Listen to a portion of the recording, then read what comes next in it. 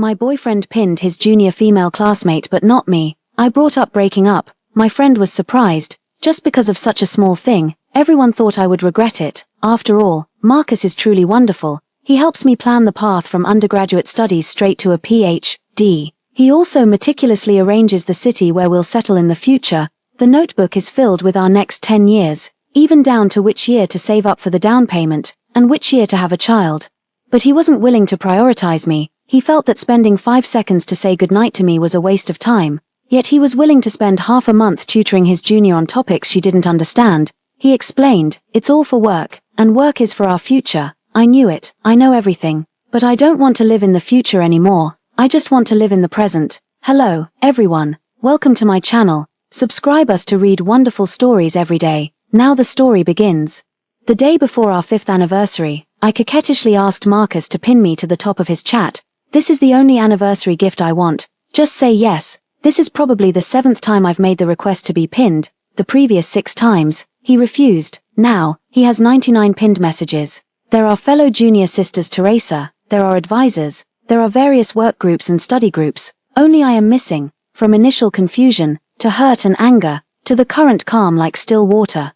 Even this message sent to him after 12 hours, still hasn't been replied to. As expected, after all, Marcus is very busy, and not replying to messages is the norm. Once, when he was on a business trip with his advisor, he didn't reply to messages for half a month. If it weren't for seeing his colleague Teresa's Instagram still updating normally, I thought something had happened to him. It's funny to say, but I can only learn about my boyfriend's recent situation through others, this time too.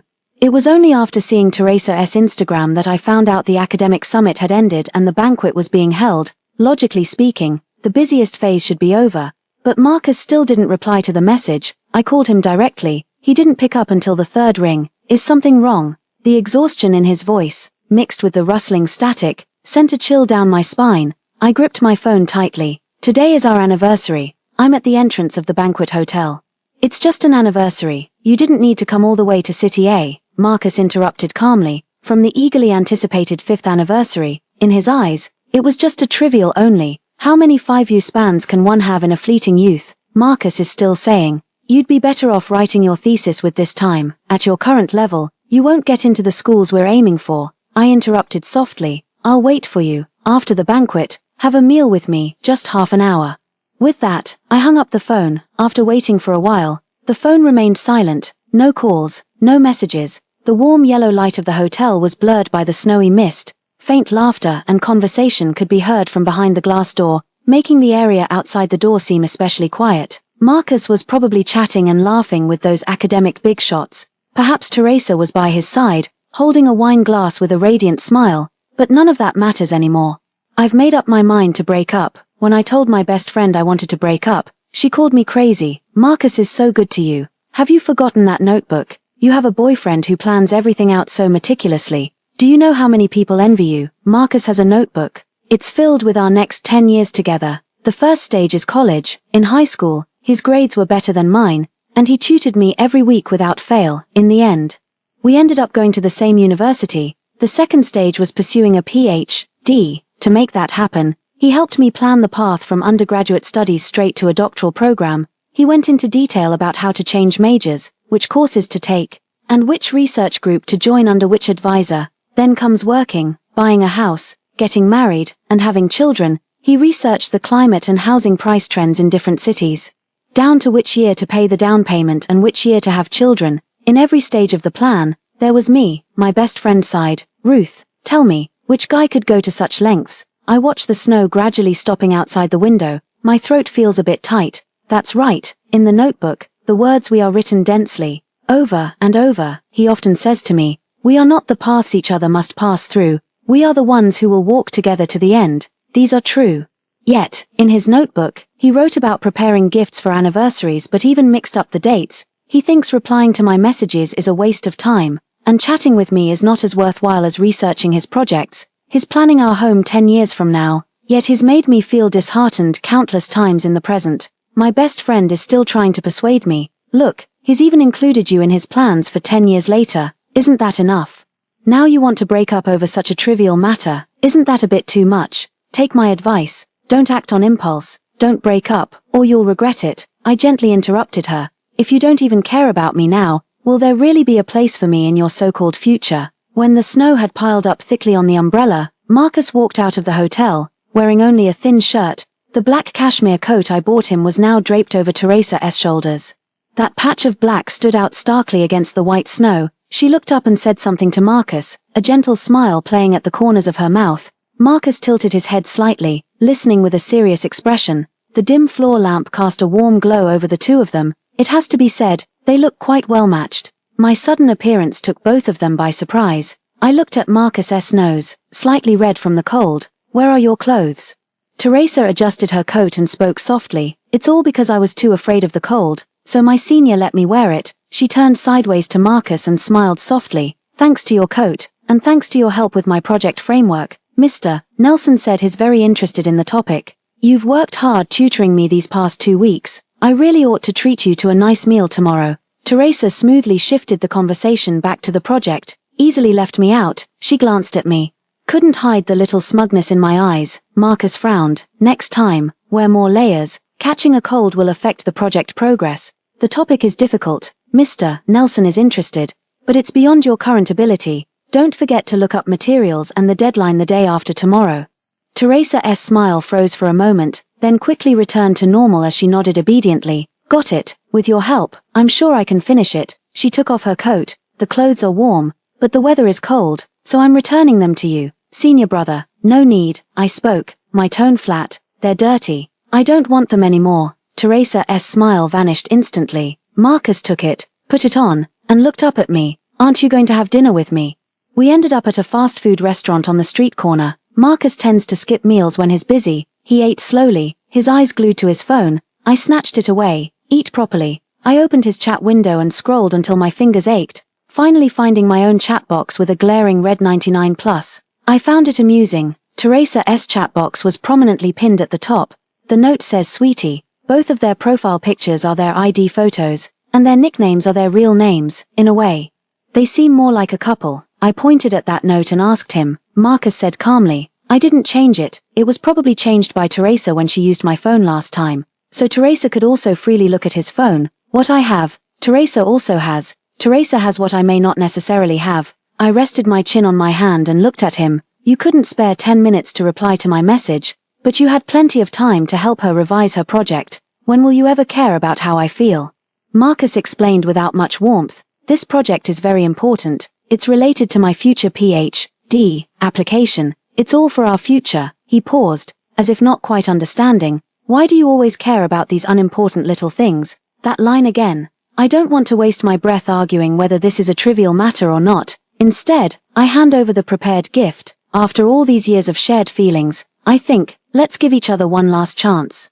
Inside the box are things from our childhood to now. There's the first love letter he wrote to me, the best fortune we got together while hiking, and a breakup letter. If he opens it right away, I'll have a good talk with him one more time. Marcus was taken aback. Sorry, I forgot to buy it. I'll make it up to you in a few days. He took it. His fingertips brushed against the ribbon. The phone rang. Marcus's fingertips turned toward the phone screen. Teresa's voice came through, choked with tears. Senior, my stomach hurts. Could you take me to the hospital? I said coldly. What about the others in the hotel? Can't you call 120? The other end of the phone ignored me. Only continuous sobbing and the repeated cry of Senior. Marcus frowned, stood up, and was about to leave. Where are you? I'll be right there. I grabbed Marcus by the hem of his clothes. Do you have to be the one to go? What about the others? He turned his head, under the dim lighting. I couldn't tell whether the emotion in his eyes was nervousness or impatience. I could only hear the urgency in his tone. The day after tomorrow is the deadline. If we delay it, Marcus paused, as if trying to soothe or perhaps just brush it off. I'll open the gift later. I'll take her to the hospital and come back soon. Very soon. The door of the fast food restaurant was pushed open, letting in a cold gust of wind. I looked at my fingers that had been pulled apart, realizing belatedly. Perhaps it was a mix of nervousness and impatience. Only, the one who was nervous was Teresa, and the one who was impatient was me. The gift was taken away by him, but when to open it no longer mattered. This time I didn't hesitate. I sent him a message. Marcus, let's break up. Marcus didn't reply, nor did he return. Teresa's Instagram has been updated. My stomach hurt so badly that my senior sent me to the hospital for a checkup. He even patiently peeled an apple for me. As expected of my senior, he peels apples so well, the skin didn't even break, so he was busy peeling an apple for Teresa at the hospital. Marcus is actually quite clumsy. I can't learn how to spin a pen, the book covers I wrap are crooked, and I always cut my fingers when chopping vegetables. Only when peeling an apple can he manage to keep the skin intact. I love eating apples, but I refuse to eat them with the skin on and am too lazy to peel them. Marcus bought apples himself to practice peeling. At first, the peeling was uneven, and the skin broke into over a dozen pieces. The knife blade cut his hand, and blood dripped all over the ground. After peeling 2 baskets, he had become so skilled that he could peel an apple in one continuous strip. He smiled with a hint of pride. From now on, I'll only peel them for you, no one else. But Marcus seemed to have forgotten. In his eyes, it might have just been a casual gesture to peel an apple for his junior. Just like helping her revise her project or draping a coat over her shoulders, all done in passing, all to avoid delaying the project. Such small details were too numerous to count, and when I brought them up to him, he didn't take them to heart. I deleted Teresa and Marcus, packed my things, and prepared to return to school. The tickets for the next day were sold out, had to buy tickets for the day after. Carrying the suitcase, I walked into the train car. I walked forward along the seat numbers. I stopped in my tracks near row 12. Marcus was sitting in seat C, tilting his head to listen to the person beside him, and next to him in seat B was Teresa. Teresa gave me a gentle smile. What a coincidence. You're on this train too. Marcus looked up and saw me, shaking his phone. I was just about to tell you. I plan to go back to school today. His expression was natural, as if nothing had happened. He probably hadn't checked his phone yet. That breakup message I sent in the early hours was still lying quietly in his chat, unopened. I brushed past these 2 and headed to my row 14. From behind came Marcus's voice. Teresa, Ruth will ask to switch seats with you later. Don't slack off alone on the bus, finish revising the project. His tone carried an air of utter certainty. This is the unspoken understanding we've shared on countless rides before, as long as our tickets weren't together. I would always ask the person next to him to switch seats, even if it meant walking through several carriages, even if it meant sweet-talking a stranger. I had to sit beside him. I placed my luggage in row 14, hearing Teresa say softly, "Senior, my stomach still hurts a bit, so it's not very convenient to switch seats." I wiped the tray table clean, took out my laptop, and began organizing my Ph.D. application materials. This school is not the foreign university Marcus had planned in his notebook. But it's my current school. I really like my current advisor and research direction, and I want to stay here. The boy sitting next to me suddenly spoke up. "Are you Ruth, senior sister?" I turned my head and bumped into a pair of sparkling eyes. He beamed with a radiant smile. "My name is Felix. You're junior in the same department. You might not know me, but Mr. Everley often mentions you, saying you're exceptionally outstanding and that I should learn more from you." I froze. Mr. Everley is the arch-rival of my advisor. I had vaguely heard before that Mr. Everley's new student was quite impressive, but I didn't expect to run into them here. Felix naturally started chatting with me about our advisor's recent key projects. His thinking is sharp. He always precisely grasps the technical challenges in my words. And the questions he occasionally raises are both incisive and professional. Just as the conversation was getting lively, suddenly, someone interrupted. "Did you bring the brown sugar?" I just realized Marcus had stopped by my seat at some point. He was frowning, seemingly unhappy that I was chatting happily with another guy. Before I could say anything, Felix raised an eyebrow. "Who are you, dude, asking for things right off the bat? How rude." Marcus looked at him, his tone turning cold. "I'm talking to my girlfriend. What's it to you?" Felix was stunned, his eyes filled with doubt. "Really, you're not sitting with your girlfriend, and you didn't even ask to switch seats with me?" Marcus ignored him and looked down at me. "Teresa said she wants hot brown sugar water. Bringing brown sugar in winter is a habit of mine, and he knows it, but now, he wants to take the brown sugar I prepared for myself and give it to another girl." I looked at him calmly. "I did bring it. But I won't give it to you." "Why?" I said it word by word. "Because we've already broken up." Marcus froze for a few seconds. Confusion clearly surfaced in his eyes. "What kind of joke is that? The message was sent early the day before yesterday. I suggest you take a look." Marcus stared at me. A few seconds later, he slowly pulled out his phone. "I don't agree." He easily jumped to a conclusion. "You're throwing a tantrum because I took Teresa to the hospital yesterday." I turned my gaze back to the computer screen. Breaking up isn't like applying for a research project. It doesn't require your approval. This is a notification, not a discussion. Marcus pursed his lips. He probably never expected the word breakup to come from my mouth. After all, in his plans, I should strive desperately for his plan, rather than parting ways with him halfway. The person in the front row, Teresa, leaned out. "Senior, I've finished modifying the framework." Marcus glanced at his watch upon hearing this and said in a low voice, "You're not calm right now, let's talk later." He turned and walked toward the front row. After returning to school, I approached my advisor and cautiously asked if there were any Ph.D. spots still available. The mentor's tone carried a hint of dissatisfaction. "Oh, didn't you say you weren't going to study at this school? What changed your mind?" I didn't miss the flicker of amusement in her eyes. I explained in a flattering and obedient manner. I hadn't thought it through clearly before, but later I realized that your research direction and our lab platform are the fields I truly want to delve into deeply. Marcus wanted to apply to a top-tier school in his research field, but it wasn't mine. I used to think that one of us always had to compromise. He planned the future so meticulously, it wouldn't hurt for me to take a step back, after compromising for so long.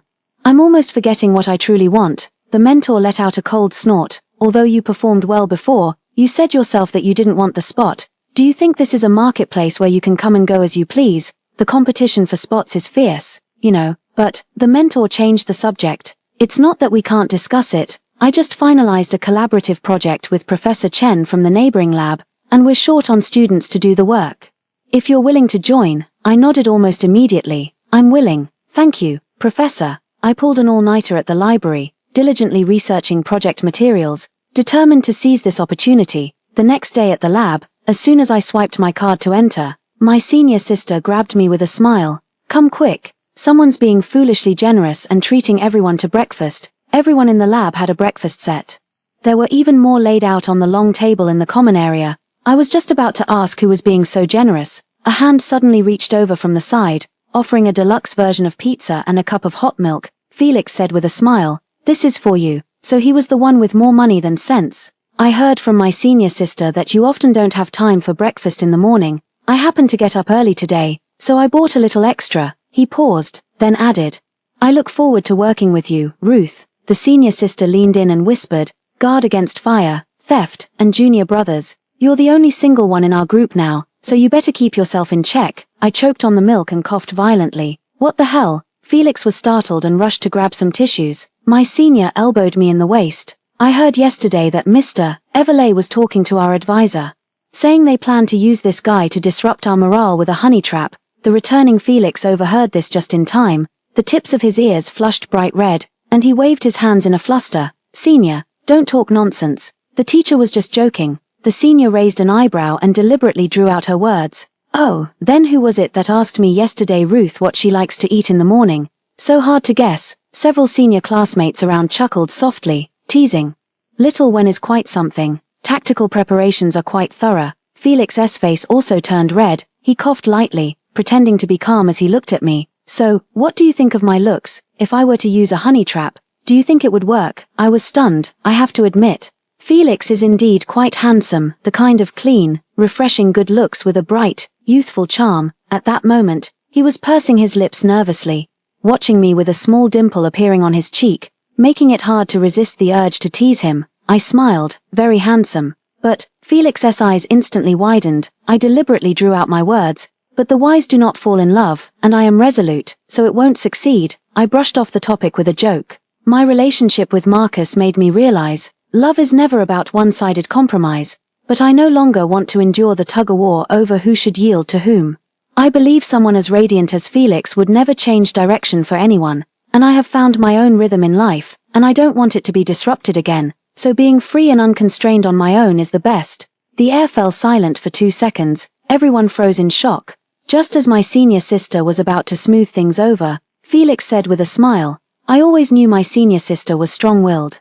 How could such a petty trick sway you? If the beauty trap failed, there's still the comrade-in-arms approach. I wonder if I'll have the honor of becoming your most reliable partner next." The subtle sense of awkwardness dissipated. I curved my eyes into a smile. "Depends on your performance." The following week was both fulfilling and busy. We gathered at 5 in the morning to collect samples from the fields, returned to the lab by 8, and then spent the day on instrument testing, data processing, and report writing. After a full day in the lab, I would fall into a deep sleep as soon as my head hit the pillow back at the dorm. Although I was exhausted and constantly on my feet, I enjoyed every moment because I genuinely loved it, and the project progressed very smoothly. It wasn't until Friday evening, when Felix and I finished organizing the report and were about to head back to the dorm early, Marcus suddenly appeared at the lab door. He handed me a paper bag in his hand. I remember you said before that you wanted to try the small cakes from this shop. I was stunned for a moment before I remembered that those words were spoken 2 months ago. Back then, I wanted Marcus to accompany me to watch the newly released movie and try the cake from the newly opened shop. But if he didn't even have 5 seconds to reply to my message, how could he be willing to spare a whole day for me? Later, the movie left the theaters, and I went to eat the cake alone.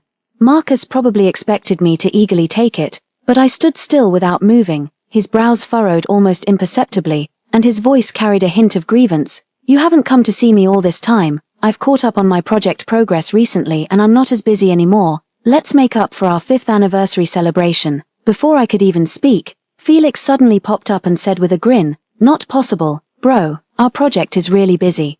Just because you're not busy doesn't mean others aren't. The world doesn't revolve around you alone. Marcus frowned even more deeply, staring at Felix for a few seconds. Is that you, the guy from the high-speed train? Recalling the incident on the high-speed train, Marcus said with a colder tone, "What's it to you when I talk to my girlfriend?" Girlfriend? Felix blinked. Bro, did you lose your memory? Senior sister said herself on the high-speed train that you two have already broken up. I looked at Marcus and sneered. Did I say we broke up? Do you think I was joking? Marcus froze. He seemed to realize that I wasn't just being stubborn, I had truly made up my mind. His eyes were full of shock and hurt, his lower lip pressed lightly together. I was wrong before, let me win you back, okay? I've pinned you at the top, chatting with you every day, and I'll accompany you in whatever you want to do. I interrupted him. I'm very busy, no time. Next. I need to test soil samples from 30 plots, leaving early and returning late every day, with a pile of experimental data waiting for me to process. Felix grinned from the side. Exactly. Senior sister is so busy she barely has time to touch the ground. How could she have time to waste with you? Marcus curled his fingers slightly, a stubborn tone in his voice. Then I'll wait for you, until you're done. He paused. As long as it takes, whatever you say. I turned and went back to the lab to handle tomorrow's tasks ahead of time. I didn't take his words seriously. Marcus, someone like him, how could he possibly have the patience to wait for anyone? The feeling of waiting is truly awful. At first, it was exhilarating, imagining the topics to chat about later, filled with anticipation, occasionally checking the chat box, looking up eagerly at the sound of a message notification, only to find it's not from him, waiting and waiting. The excitement gradually faded, anxiety began to surface, and I couldn't help but feel restless. Why hasn't he replied yet? What is he doing now? Has he thought about how I've been waiting for him all this time? Then came the thought, I guess it's not happening today, and self-doubt started to creep in. Am I too clingy? Am I not important enough? Disappointment after disappointment, the inner turmoil of waiting, neither is easy to bear. I believe it won't be long before Marcus leaves. At 10 in the evening, I locked the lab door and stepped out, but saw Marcus still standing downstairs. Only there was one more person beside him, Teresa. She was holding a laptop in her hands. Senior, please help me out. I've been debugging this code all afternoon and it still won't run. I have to submit it first thing tomorrow morning. Marcus stared at his phone, his tone indifferent. I don't have time. Ask someone else for help. Teresa sounded on the verge of tears, her voice urgent. But you're the only one in the group who really understands this model. It'll just take half an hour. I promise. I said I'm busy. I'm waiting for Ruth. Teresa reached out to grab Marcus's arm. But she hasn't come out yet. You can help me first. Marcus sidestepped away, his gaze shifting from his phone, his tone turning colder. No, I need to focus on waiting for her. I can't get distracted by other unimportant things. The words unimportant made Teresa's face turn pale. I kept walking. Passing by the two of them, Marcus caught up with me. I just finished reading all the messages you sent me before. Turns out you've said so much, but I never really paid attention. I'm sorry. How about I message you from now on? You don't need to reply. I interrupted him, my tone calm. No need. You don't have to message me, and you don't have to wait for me either. Clearly, your junior sister needs you more. Don't let her miss the report deadline. Marcus remained silent. Chased me all the way to the dormitory building. For the next several days in a row, Marcus would appear by my side from time to time. At 5 in the morning, I went to the field for sampling with Felix, and he showed up at the lab, bringing me breakfast. After being ignored by me, he silently stood by the roadside, watching us leave. After I returned to the lab, he stood guard outside the door. The senior students going in and out looked at him with surprise. He didn't care at all. He took out his notebook and crouched in the corner typing, then sent me messages on his phone after finishing. The phone kept buzzing and vibrating. All the messages were from him. Are you free this weekend? There's a new movie out, and I remember you said you liked this actor before. Was sampling tiring today? I checked the weather forecast. It's going to snow tomorrow, so I brought you an umbrella. I wrote a plan in my notebook to spend time with you every week. And this time I'll stick to it on schedule. I didn't reply to any of them. At lunch with the group, my senior leaned in and asked me, who invited the guardian deity of our lab? He comes here every day, more dedicated than the security guard. I was drinking water and choked on it, coughing for a long time before stammering, It's my ex-boyfriend. The senior sister clicked her tongue in annoyance. Then I was wrong, it's not a door god, it's a lingering male ghost. Marcus was still standing at the door at that moment. His gaze was fixed directly on us. Felix deliberately handed me a pair of chopsticks, frowning slightly, pursing his lips, and typing on his phone with his head down. My phone received his message. I brought chopsticks, don't use his. I ignored him and took the chopsticks. Felix fiercely stabbed his chopsticks straight into the rice. Can we hire a ghost exorcising master? He's already affecting the feng shui of the lab. Someone as meticulous and rigorous as me has been making frequent mistakes in experiments lately. It must be because of his influence. The more he spoke, the more aggrieved he became, turning to look at me with a pitiful expression. Senior sister, I can bring you breakfast, and I'll be with you in the lab. There's no need for him to hang around here. Can you just send him away, please? Looking at his puffed up, aggrieved expression, like a little dog whose territory had been snatched, I couldn't help but want to laugh. However, Marcus coming here every day really isn't a good look. There are too many prying eyes around, and it's affecting me too. I don't want to become the center of gossip. After finishing the meal, I walked to the lab door. Before I could say anything, Marcus spoke first.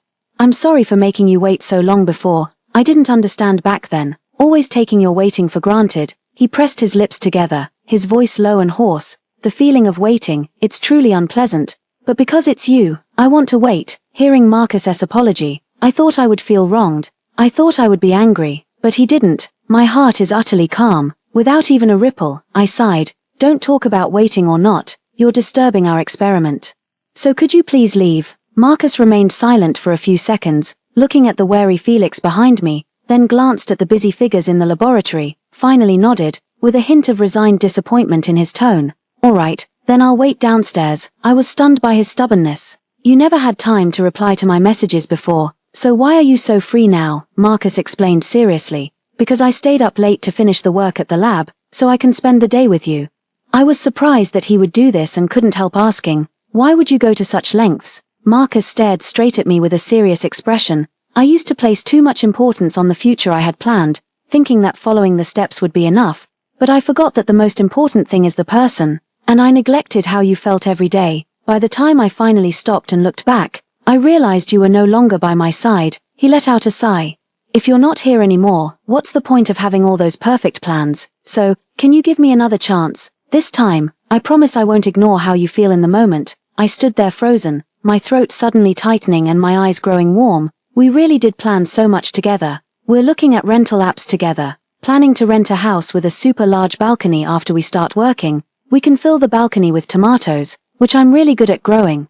We also want to raise 2 cats, one orange and white, and one calico. This way, we have 2 alarm clocks to wake us up in the morning. We even planned our wedding, debated for a long time about what to name our children, and argued over which name sounded better. Back then, I snuggled in his arms and laughed, completely believing that all of this would happen in the future. But Marcus became increasingly obsessed with those future plans. I hardly cared about each passing day. Later on, we almost had disagreements about the future. He wanted to apply for a PhD at a foreign university, but I wanted to stay at our own school. At that time, I didn't have a very firm idea about the future, and I felt that in love, someone always has to compromise. His plan sounded so brilliant that I agreed with a smile, but through one disappointment after another, I gradually came to understand, his plan included what he wanted, not what I wanted. I took a deep breath, suppressing the warmth in my eyes. Marcus, I'm no longer in your plans. I have my own plans. I'm staying at this university for my PhD. I can't go abroad with you. Marcus froze, his eyes gradually filled with confusion. I will no longer carry out his plan, so his efforts are bound to be futile. I sighed. Go away, and don't come looking for me again. For the next few days, Marcus never showed up again. Just when I thought he had come to his senses, an unexpected person found me, Teresa. Her eyes were red as she pulled me into an empty corner, immediately launching into an urgent accusation. Marcus is about to quit the joint project we're working on. He's a core member. If he leaves, our whole team will fall into chaos, and what's more, he actually said he wants to apply for a PhD at our university, turning down offers from prestigious schools abroad. Isn't that just reckless? Can you try to talk some sense into him? She stared at me. Her eyes filled with complex emotions, anxiety, frustration. There was also an unspoken accusation, as if Marcus's change was entirely my fault. I was quite surprised inside, but I kept a straight face and only frowned as I asked, "What does that have to do with me?" Teresa softened her tone. "I know you two are close. He must have done this for you. Could you talk to him and ask him not to be so impulsive? This opportunity is so rare. Withdrawing from the project will affect his resume too." I broke free from her grasp and calmly said, "Marcus's decisions have nothing to do with me." Teresa was stunned. That was his own choice, not something I forced him to make. He's a grown man and should take responsibility for his decisions, I said with a faint tone of mockery. If the project is facing issues, what you should do is communicate with your advisor and coordinate with other members, not come to me. Or is it that you lack the ability yourself? He left. And you can't hide your incompetence, so you panic and come to cause trouble for me. I said this deliberately to provoke her. Teresa must be quite capable, otherwise Marcus wouldn't help her. Given his personality, he wouldn't do something so thankless and time-consuming. Sure enough, Teresa retorted excitedly. "It's not like that. I can do it on my own. How dare you look down on me?" I shrugged. "What does it matter to you whether he quits or not? And what does it have to do with me?" Teresa couldn't say a word, turned around, and ran away. I thought for a moment, took out my phone, and sent a message to Marcus. "Are you free? Let's meet up." When I arrived at the agreed location, I found Marcus was already there.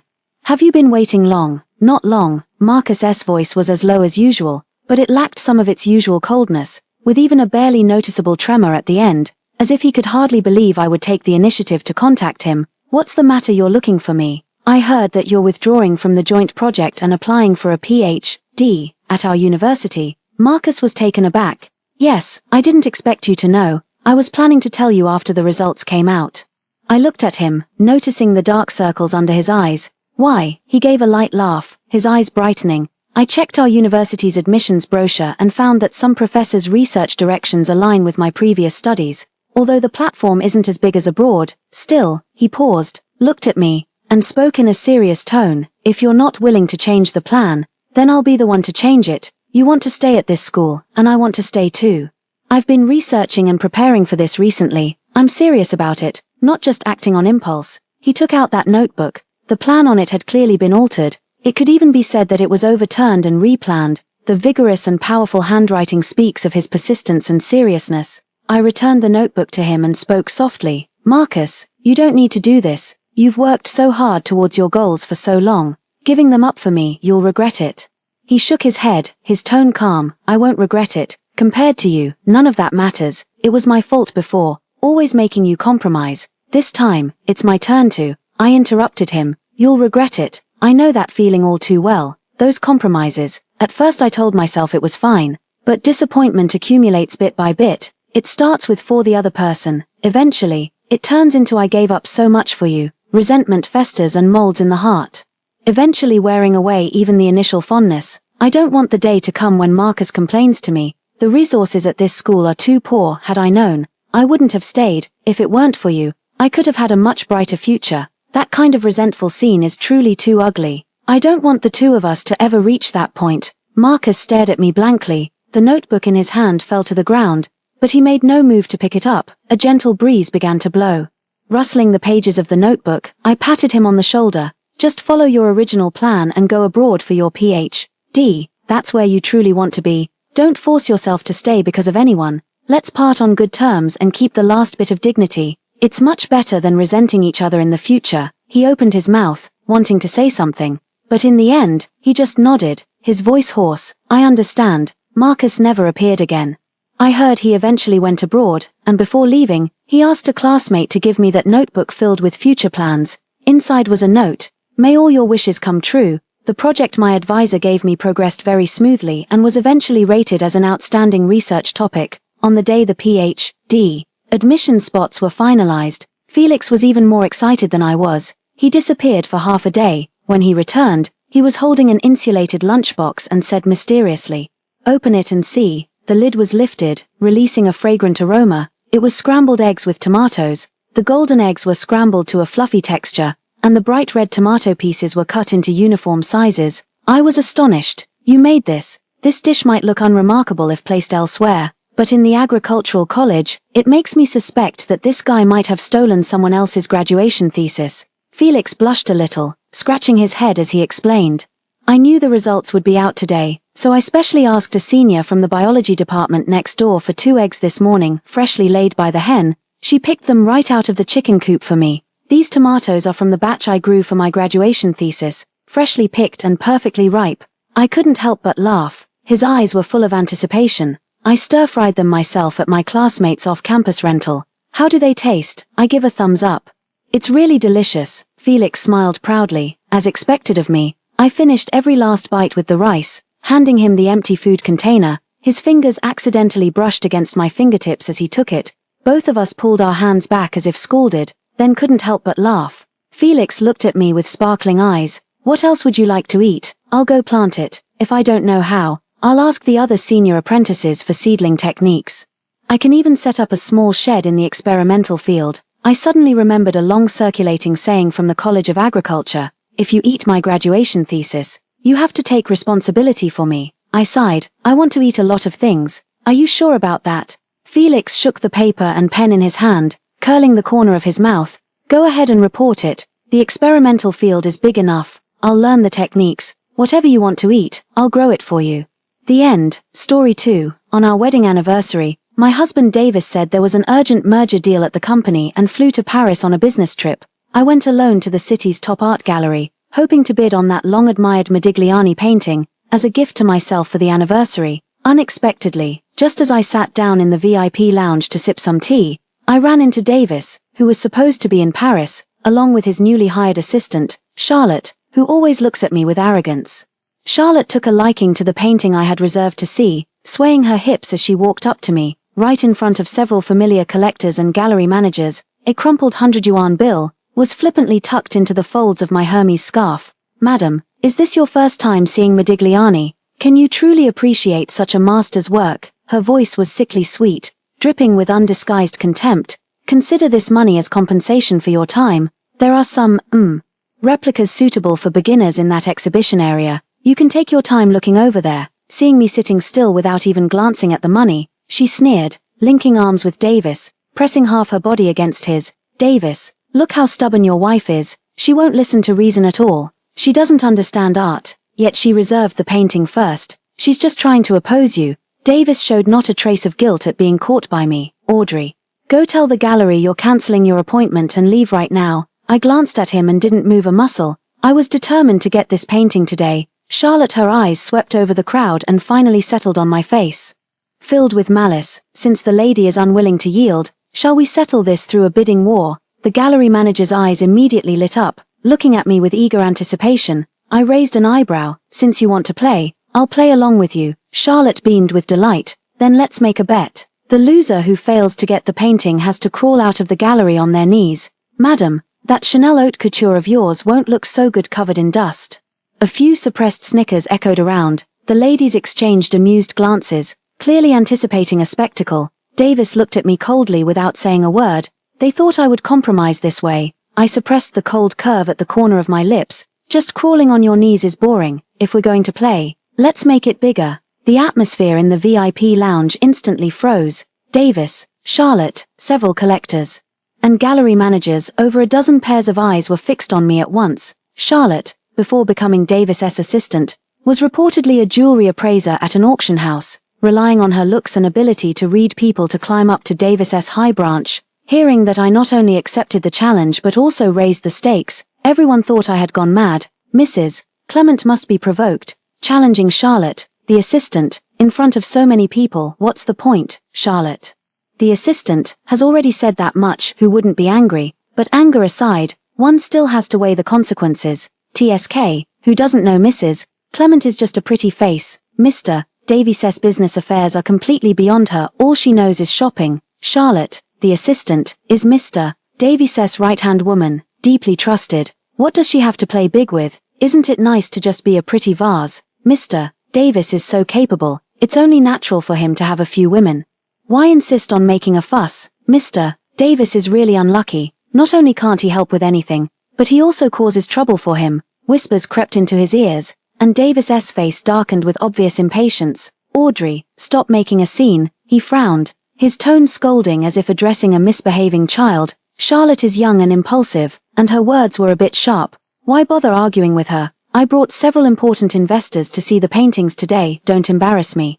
Go home now. I shifted into a more comfortable position, leaning back gently against the velvet chair, my gaze calm and steady as I looked at him. This painting was reserved by me a week in advance. The gallery's rule is first come, first served. If the price is right, it can be bought directly. There's no reason to yield it to you. Your assistant wanted to challenge me to a round, and I agreed to play along. That was already giving face. Please don't push your luck. Davis seemed provoked by my attitude, suddenly leaning in and lowering his voice with a threatening tone. Audrey, have I been spoiling you too much? Don't forget it's me who's been supporting you all along. Do you really think you're somebody? If I tell you to get lost, you get lost. I narrowed my eyes slightly, my gaze lingering for a moment on his and Charlotte's closely pressed bodies. Davis, the bet is on. Today you just need to decide whether you're on her side, or mine. Davis looked at me disdainfully, his tone growing increasingly harsh. Who do you think you are? What do you do all day besides shopping, drinking tea, and buying bags? Which of the things you eat or use isn't paid for by me? What airs are you putting on in front of me? If you're just a pretty face, you should know your place. Get the hell home now, and I won't hold today's incident against you. But if you insist on making trouble, then you'd better be prepared to crawl out of here. It seems he has made his choice. My voice turned cold. I'm determined to bid on this painting today. Davis raged and was about to speak. Charlotte giggled and shook his arm.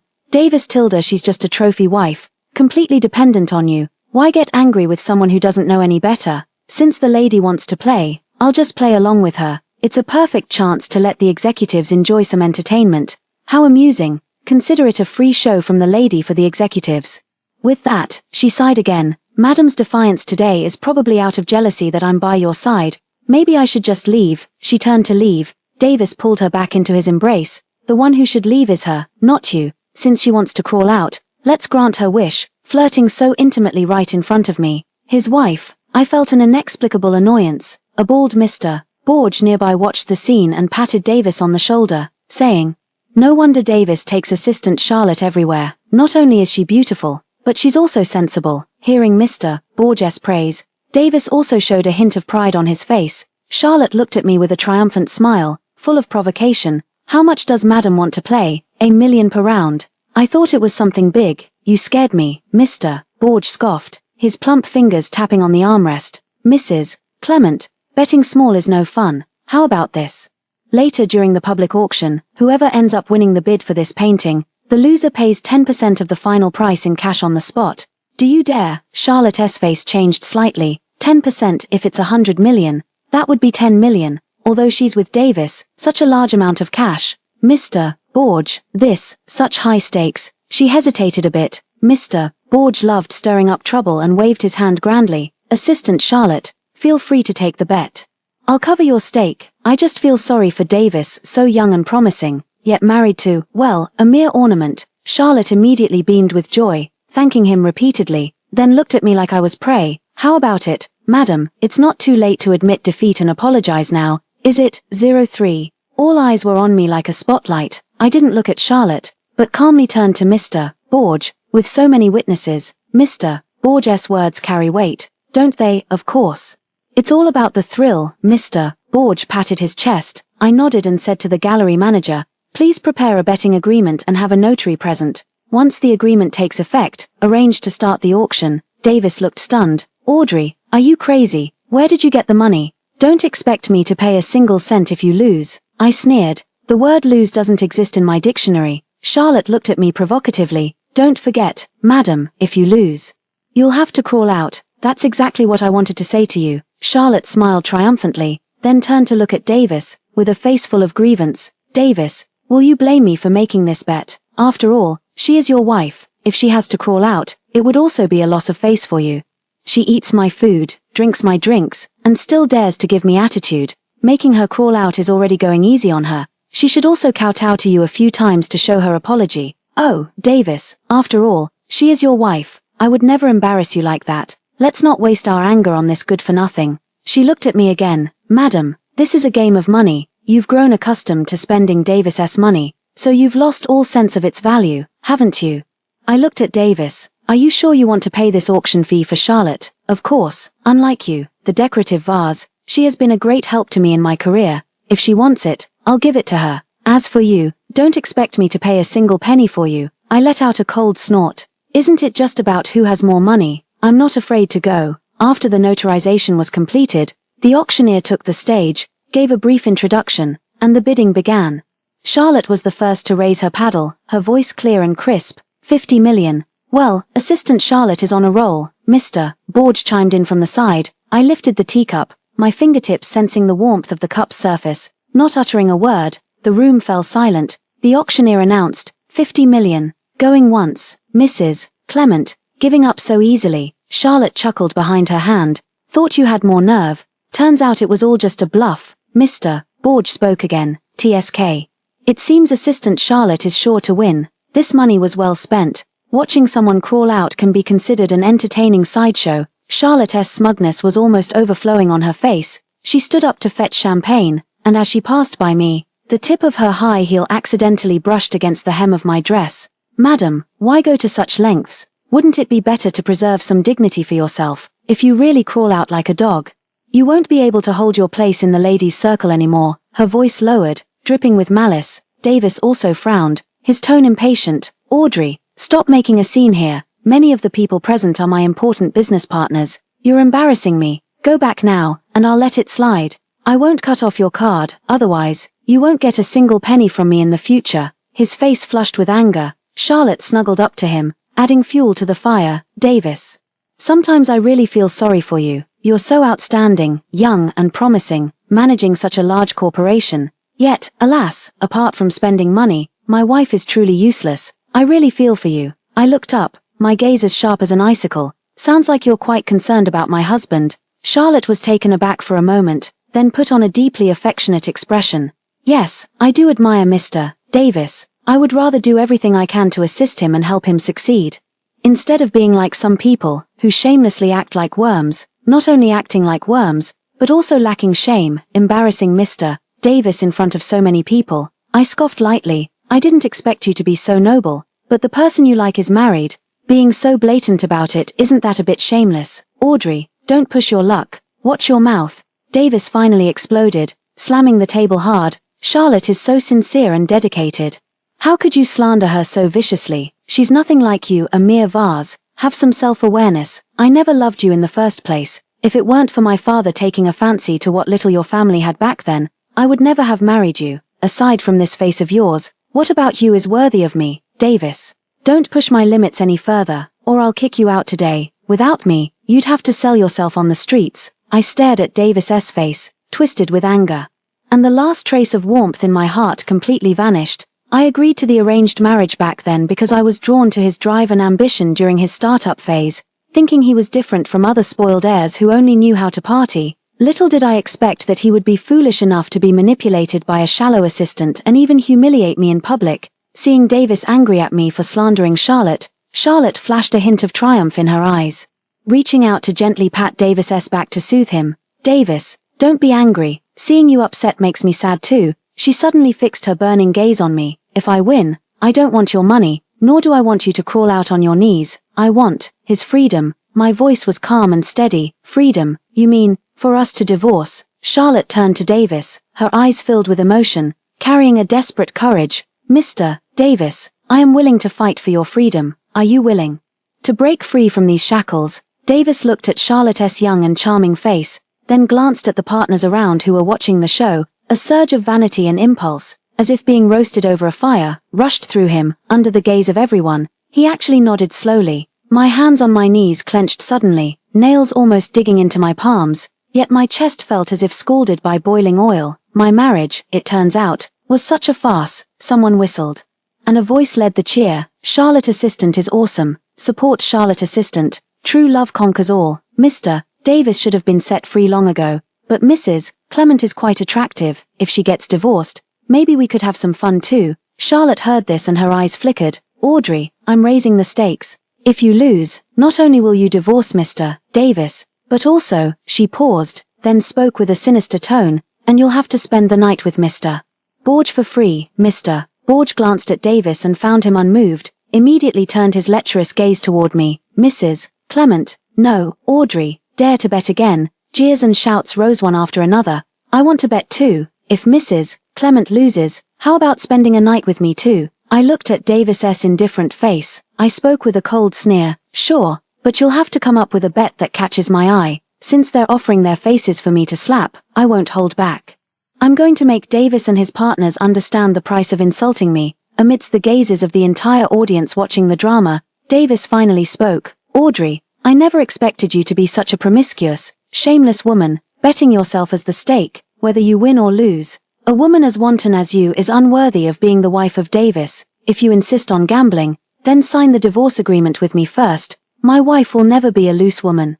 The bet was clearly proposed by Charlotte, yet when I accepted it, I'm the one called promiscuous and shameless. It's really quite a strong preference for Charlotte. I watched him coldly and asked again, "Are you sure? Won't you reconsider? If you leave now and apologize to Charlotte, and show respect to Charlotte whenever you see her in the future, we can let today's matter slide. Don't forget, today's bet is about who can win the auction item. It's a contest of wealth, and you are bound to lose." Davis looked at me with an air of condescension, as if granting me an immense favor. I smiled. "Then hurry up and give me the divorce papers." Davis stared at me in disbelief. What did you say?" "You know the consequences of losing the bet. You'll become a worthless wretch. I'm giving you one last chance to answer me again." Seeing Davis' disbelief, I felt somewhat annoyed. "That's my business. No need for you, my ex-husband, to worry. Weren't we going to sign the agreement? Then let's do it quickly." Davis stood there in a daze. Perhaps he never expected that I, a woman who depends on him for a living, would have such a fiery temper. I could also see that his talk of divorce was merely a threat to intimidate me. But now he's in a dilemma with no easy way out. Charlotte seems to have noticed Davis's hesitation, pulling Davis aside and whispering, "Brother Davis, she must be bluffing, just trying to make you give in to her. If you back down, what will your business partners think of you? She's just a housewife, relying on you for support. How could she possibly leave you? Her cash cow. She's just trying to scare you. Look. All the partners are watching you." Charlotte's words seemed to reassure him. He looked at me coldly. Fine. Since you're willing to degrade yourself, I'll grant your wish." Because of the incident between me and Davis, the auction had to be briefly paused. The ready-made lawyer quickly handed Davis 2 divorce agreements. I looked at him playfully. "Davis, are you sure you've thought this through?" He didn't even glance at me and signed directly. How utterly heartless. At this moment Mr. Borge leaned in again. "Should we also put our bet in writing?" Daring to put it in writing, what a legal illiterate. But to put their minds at ease, I still signed. The wager, 50 million. I lose. I accompany them. I win. They pay. Just think, billions will be credited to my account for no reason. I really have to thank Charlotte. The auctioneer saw that we had finished and the auction continued. Charlotte confidently pushed the price to 80 million. "Charlotte, go for it. This painting is definitely worth that price." Mr. Borge cheered on from the side. He looked at me with a lustful gaze, his face full of confidence. I picked up the teacup and lightly tapped the rim with my fingertip, making a faint sound, my gaze sweeping over Mr. Borge. "Is this how your company operates in the investment field, closing your eyes and only listening to your assistant's flattery?" Mr. Borge's chubby face instantly flushed to a liver-red color. "Audrey, who do you think you are to dare speak to me like that? If it weren't for Mr. Davis's sake, you wouldn't even be qualified to step through this door. The old man of the Borge family is also senile. Mr. Davis has such a promising future, and you're nothing but a stumbling block on his path to success. Then again, a woman like you who would gamble with her own body is certainly no good. Don't worry, tonight I will definitely teach you a proper lesson." Davis's partner turned out to be this kind of trash. It seems he deserved to go bankrupt. However, my family's investments are likely to be affected. I set down my teacup and calmly swept my gaze over everyone present. Since we're already betting on my marriage and my body, why not make things a bit more interesting? Davis frowned deeply. "What trick are you trying to pull this time? So, do you dare to bet or not?" I snorted coldly. "Wasn't this just a contest of wealth?" Davis looked as if he had just heard the biggest joke. "Don't forget, we signed a divorce agreement. You can't touch a single cent of my money." No wonder he insisted on signing the divorce agreement. He was afraid I would use our marital assets. He really underestimated me. If he had paid a little more attention, he would have realized that in the 5 years of our marriage, I never touched a single penny of his money. "Don't worry, I don't even care about your little money.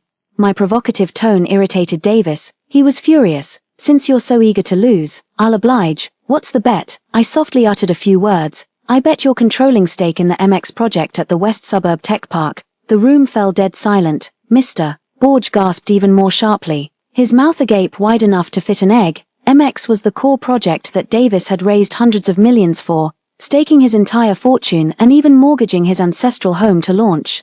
His only hope for a future comeback. Davis froze for a few seconds, then burst into even louder laughter. Ha ha ha ha, Audrey, have you lost your mind? Controlling shares. You're a housewife who doesn't even have a stock account. Do you know how much controlling shares are worth? What could you possibly bet against me with? The hidden debt-to-equity agreement of the Benson family in the MX project. And, I paused, then said clearly, the exclusive mining rights for the deep blue diamond.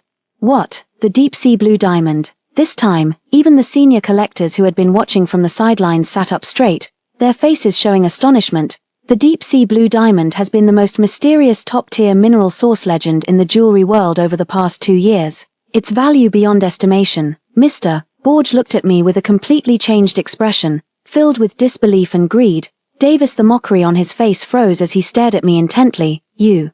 How could you possibly know about the deep sea blue diamond? What nonsense are you talking? I took out my phone, quickly sent a message, then looked up at him. Before the gavel falls, I'll have copies of the relevant agreements and mining rights documentation delivered to you. You should also prepare the equity transfer documents for MX, and we'll have it notarized right now. Realizing I was actually serious, Davis turned deathly pale in an instant. Charlotte also panicked, instinctively grabbing Davis's arm. Davis, don't believe her. She must be bluffing. How could she possibly have those things? She just wants us to give up the bet and let her off the hook. If she begs you properly, letting her off the hook wouldn't be a big deal. But in front of so many people, Davis, if you back down now, you'll lose face. You've been married for 5 years, and you still don't know her financial situation. How could she possibly outbid you? Bet against her.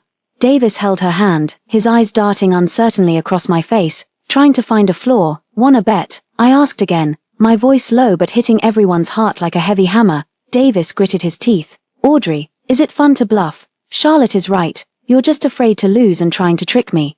Since you insist on betting, I'll oblige. When you lose, even if you have to sell yourself out there, I won't feel a shred of pity. Charlotte looked at me triumphantly. Audrey, stop bluffing. I just had someone check your account. It only has a few million. What are you going to bet with, after Davis and I win? Don't worry, I won't let him sell you to northern Myanmar. I'll have Davis find you some wealthy patrons who'll treat you well. You'll probably earn a lot, and who knows?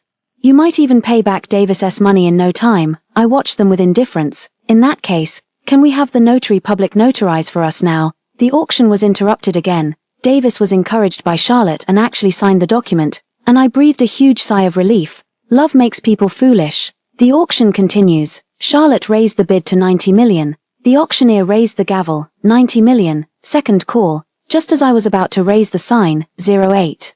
Charlotte suddenly let out an extremely exaggerated, terrified scream. Everyone's attention was instantly drawn over. The auctioneer was also startled, and the gavel came down with a sudden thud.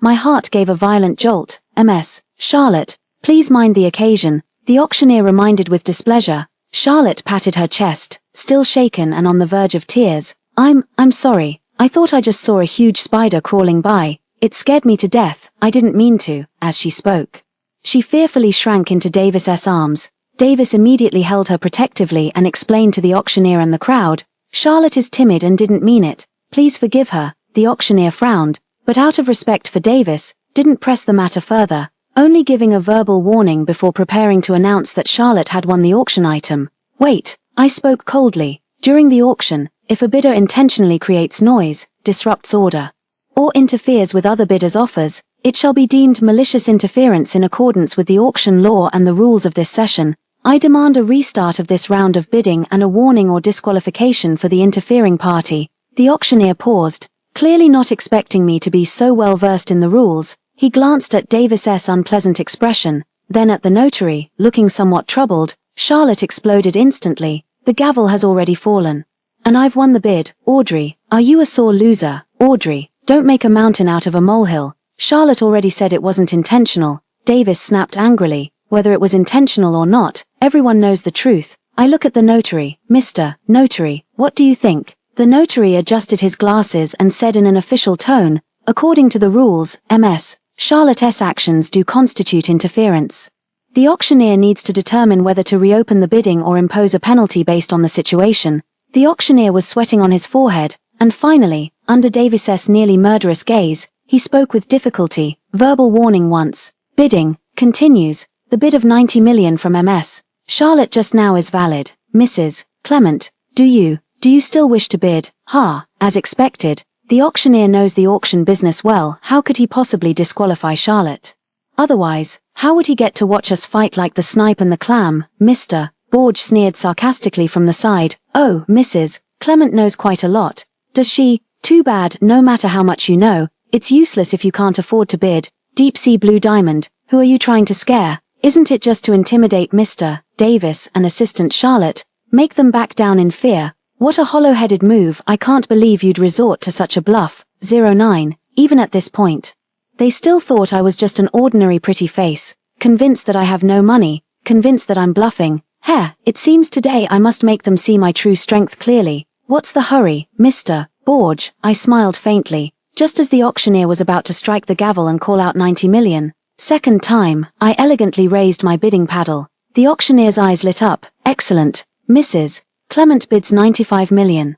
Charlotte curled her lip disdainfully and immediately followed, 100 million. After calling out the bid, she even shot me a challenging glance. Without the slightest hesitation, I raised my paddle again. 150 million. A low, collective gasp echoed through the room. This price had already exceeded the reasonable market valuation ceiling for this piece. Davis's expression grew even more grim. Charlotte gritted her teeth, but thinking of the bet, they had no way out.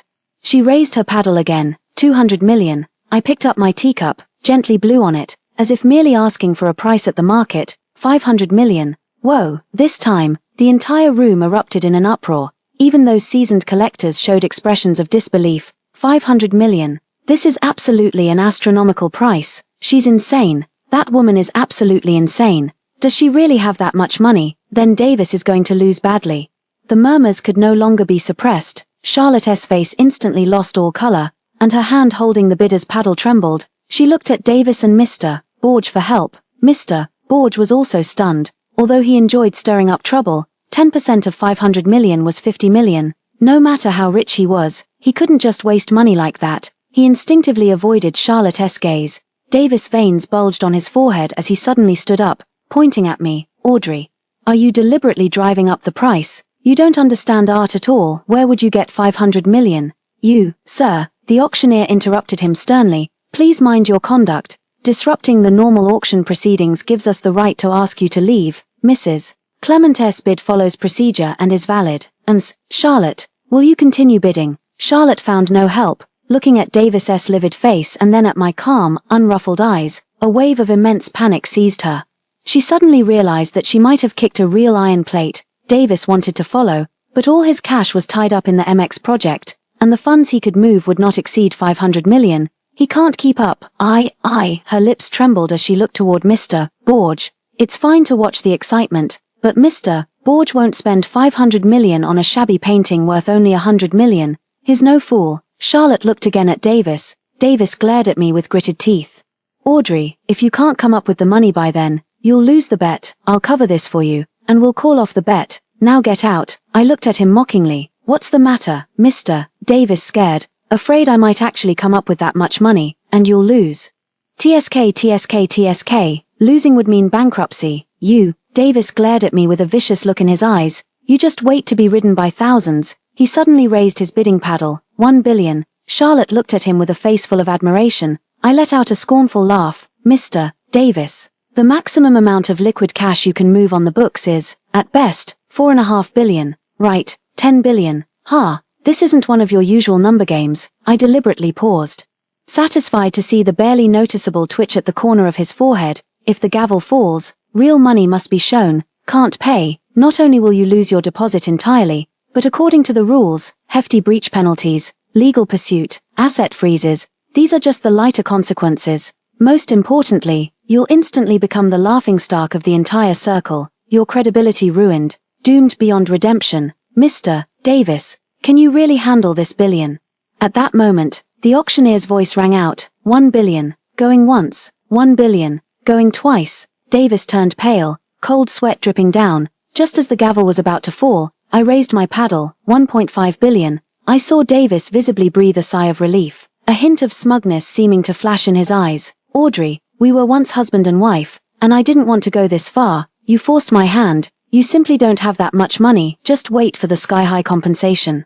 Charlotte also breathed a sigh of relief. Davis is truly strategic. A woman like her deserves to suffer a bit. How dare she challenge you, not even knowing her own limits? She, being so self-righteous, deserves to be disgraced and become a woman scorned by all. Mr. Borge looked at me with a half-smile. I originally thought you had some charm, and even considered that if Mr. Davis didn't want you anymore, I'd give you 8,000 to 10,000 a month to support you just for being easy on the eyes. But you brought this on yourself by insisting on opposing Mr. Davis, so I can only leave you to your own fate. 1.5 billion. Third time. Sold. Congratulations, Miss Audrey. This Modigliani piece is yours. The gavel falls. I slowly rose to my feet, my gaze falling on the smug Davis and Charlotte. Did you forget that I said Deep Blue Diamond is mine? Do you really think I can't afford that little bit of money? Charlotte still wore a look of triumph. Just bluffing. She shook her phone. I had a friend at the bank check. You only have a few million in assets. You're bound to lose. At that moment, the gallery also pressed me to pay the auction fee, yet I sat there calmly and glanced at the time. Seeing that I didn't move, everyone immediately burst into laughter, trying to act big. Can't afford to pay. Good thing Mr. Davis signed the divorce agreement with her, or he would have been screwed over badly. Losing means having to sleep with so many men. She's really sunk to the lowest of the low. Davis looked at me coldly. Audrey, I gave you a chance, but you didn't cherish it. Now, even if you kneel and beg me, it won't change anything. After saying this, he looked at Charlotte. Charlotte is the one who truly understands me, sensible and well-mannered. Once I get the divorce papers from this wretched woman, I will marry you. Only you are worthy of me. The surprise came too quickly, and Charlotte's smile couldn't be contained. No matter how hard she tried, Davis, marrying you is the greatest blessing of my life. Don't worry, I will support you in your career and give you a bunch of chubby little boys. She looked at me provocatively. Madam, oh no, I should call you Audrey. Davis gave you a chance, but you didn't cherish it. Everything that happened today is your own doing. Don't forget to keep Mr. Borge company and atone for your mistakes. I sneered. You two deserve each other.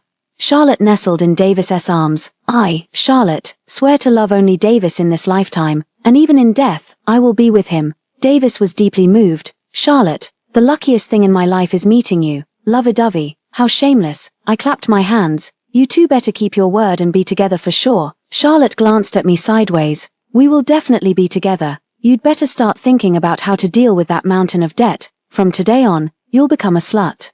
A cheap woman to be toyed with at will. At that very moment, the door to the VIP room was pushed open. An elderly man, wearing a traditional Chinese long gown, appeared spirited and refined in demeanor, accompanied by a middle-aged man in a Western-style suit as they entered. Upon seeing this elderly gentleman, the gallery manager and the several senior collectors immediately showed deep respect, all rising to their feet. Baron, what brings you here in person?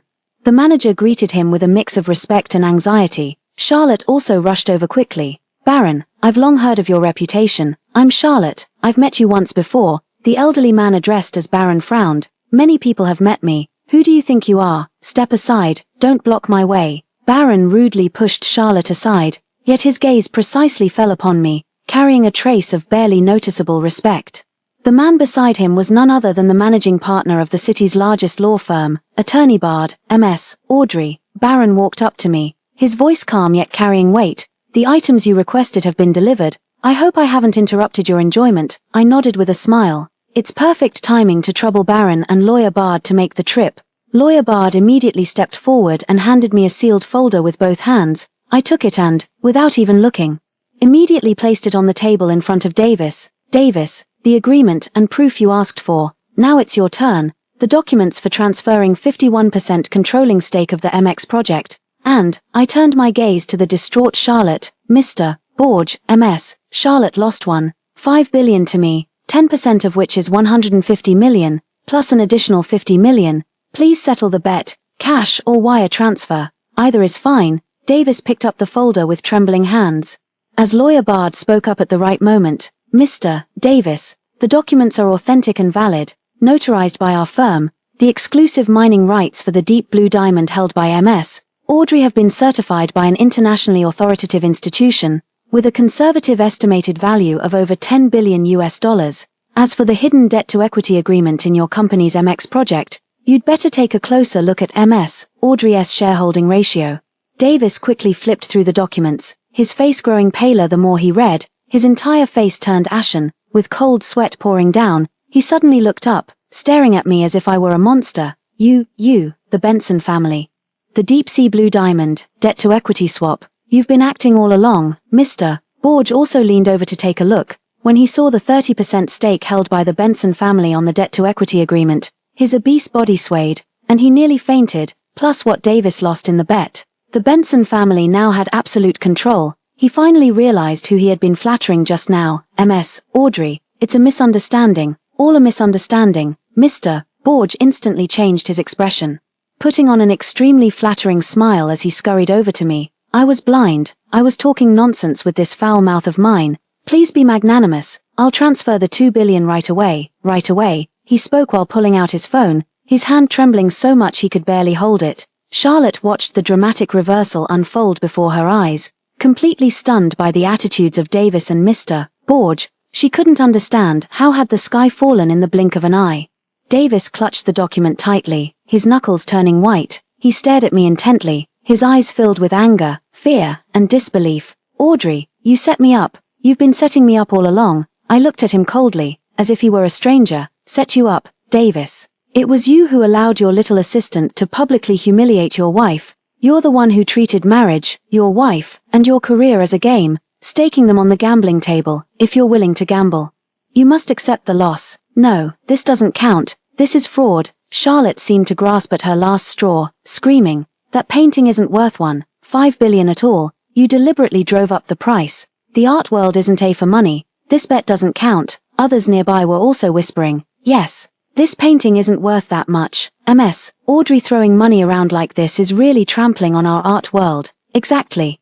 For artworks to fall into the hands of those who don't understand art is such a waste. Originally it was about comparing appreciation and evaluating value, but now it's turned into whoever has the most money wins. It's a disgrace to our art world. Charlotte looked at me triumphantly. We can't let the stench of money tarnish our noble art, I scoffed. Tarnish, not worth $1.5 billion. Worth it or not, what does it matter? It's in black and white, we've notarized it. Wasn't this bet a battle of money from the very beginning? Aren't you just convinced that I don't have enough money to compete with you in the bidding, certain that I would lose? Is that why you signed the bet agreement with me? Turns out I wasn't short on money, much to your disappointment. Do you think I care about the rumors and would give up on this bet? Do you think I'm a fool to give up a huge fortune that's already in my hands just because of a few rumors? Young lady, you're still too naive, I smiled triumphantly, but you said I don't understand art. You're wrong. To make you all convinced, I'll show you the true value of this painting. I walked up to the recently removed Modigliani painting, signaling the staff to open the back panel of the frame. Under the puzzled gazes of everyone, I put on gloves, and from an extremely concealed compartment in the back panel of the frame, carefully, I took out a piece of paper as thin as a cicada's wing, yellowed with age. Baron promptly handed over a high-powered magnifying glass. I placed the paper under a specially designed display light, and through the magnifying glass, the contents on the paper were clearly projected onto the large screen nearby. That was actually a manuscript of creative inspiration handwritten by Modigliani himself, along with an extremely private signature dedicated to his lover. The entire room instantly erupted in excitement, especially those seasoned collectors, who were so thrilled they almost lunged forward. Oh my God, the original manuscript. This is priceless. 15 billion, it's worth 50 billion. So this is the true value of this painting, Mrs. Clement. No, MS, Audrey has such a sharp eye. No wonder, Audrey is so determined to get it. Charlotte stared at the manuscript on the big screen, listening to the gasps and admiration around her, feeling as if struck by lightning, completely collapsing to the ground. Davis watched everything before his eyes, watching those partners who once flattered him now crowding around me, their faces full of flattery and awe, watching Mr. Borge swiftly transfer 200 million to me, watching Attorney Bard push the cold equity transfer documents in front of him. He suddenly looked at me, his eyes filled with desperate madness. Audrey, a day as husband and wife brings 100 days of grace. Are you really going to be this ruthless? Make me bankrupt?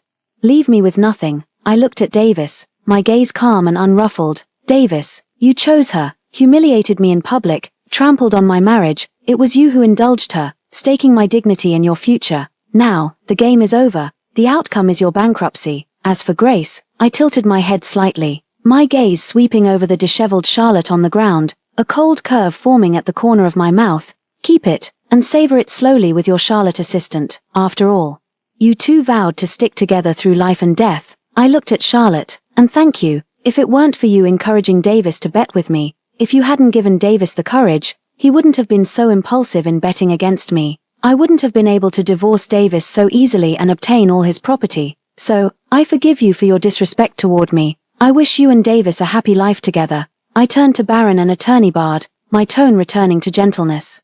Baron, Attorney Bard, thank you for your hard work. Please handle the remaining procedures thoroughly. Some people still owe me 50 million, along with this painting and manuscript. Have them sent back to the old residence. I then looked at Mr. Borge, who immediately bowed and scraped. Mr. Borge, R.M.S. Audrey, your command. Mr. Borge bent his waist even lower. Your investment insight and moral principles have left a deep impression on me. I said faintly, from now on, I don't want to see Benson's family project involve Mr. Borge. If I catch sight of him, I won't mind making you end up like Davis. Mr. Borge's face instantly turned as pale as paper, his body swayed, and he completely collapsed into the chair. He knew he was finished. I glanced again at those who had just demanded that I sign the agreement. You all should also stay out of my sight. If discovered, you'll end up like Davis, without looking back at the mess and desperate cries behind me. I picked up my handbag and walked gracefully out of the VIP lounge under the awe-filled gazes of the crowd. Behind me came Davis's hoarse, desperate voice. Audrey, do you think signing the divorce agreement means we're definitely getting divorced? Let me tell you, I won't agree to it. I won't sign the equity transfer agreement either. He had completely abandoned any sense of dignity. The notarized document is right there. Even if he denies it, the law will take care of it. As for the divorce, it can always be finalized. Outside, a low-key Rolls-Royce Phantom was already waiting. The driver respectfully opened the car door. Miss, shall we return to the old mansion or to the airport? I got into the car, took out my phone, and dialed an international call, my tone casual and relaxed. Hey, bro, yeah, it's settled. Davis is bankrupt. Yeah, clean and simple, nothing interesting. The opponent was too stupid, too weak, forced me to sign the divorce agreement, agreed to the bet. From now on he and I have no more ties. Don't hold back. Thanks to that Charlotte. Both are ridiculously foolish. I had long discovered the inappropriate relationship between Davis and Charlotte. I have always been used to being domineering. I would rather betray the whole world than let the world betray me. I naturally have to retaliate. If Davis had shown even the slightest regard for our marital bond, I might have remembered our past affection and spared his life. But he was blinded by lust, trampling my dignity underfoot. This outcome today is entirely of his own making. The car started smoothly. Outside the window, the sunlight was just right, and I have an even broader world to explore.